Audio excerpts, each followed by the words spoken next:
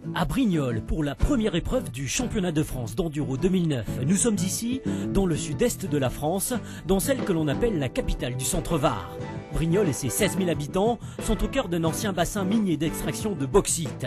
Le Tour de France fera étape l'été prochain dans la cité varoise. Mais en attendant la caravane du Tour, celle du championnat de France d'enduro a pris ses quartiers pour célébrer l'ouverture de la saison 2009.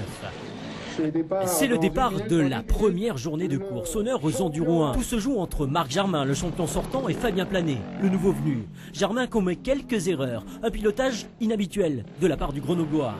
Tout va bien, en revanche, pour Fabien Planet. Et la dernière spéciale du jour départage les deux hommes à l'avantage du pilote KTM pour à peine plus de 3 secondes. Jarmin deuxième, Planet vainqueur. Place à l'Enduro 2, la catégorie des 252 temps et 454 temps. La journée de Johnny Aubert est exemplaire et ses chronos dévastateurs. Le nouvel officiel KTM est 1 minute 56 secondes devant le reste de la catégorie.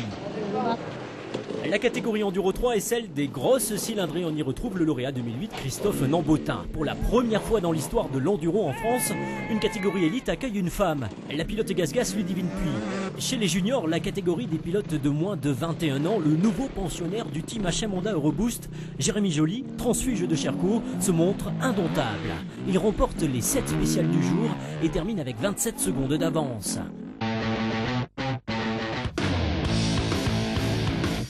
L'ouverture printanière du championnat des Coupes de France Promosport a eu lieu sur le circuit Bugatti du Mans fin mars.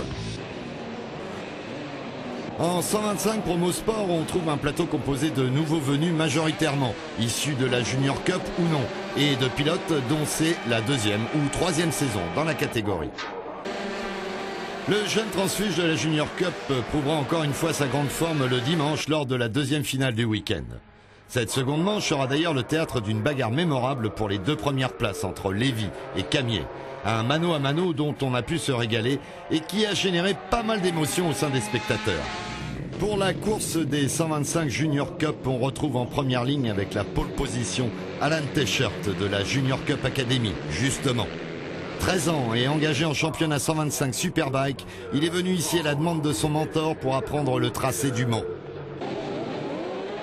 Autre catégorie, au départ de la finale des 600, une catégorie très relevée et surtout très rapide, 44 pilotes s'élancent. Devant, Salcho accroît son avance et distance de 6 secondes son dauphin, David Bouvier. Celui-ci fait une course en solitaire et surveille sans trop d'angoisse son panotage, ses adversaires naviguant à plus de 15 secondes derrière lui. Merci, bonne course, bravo, merci.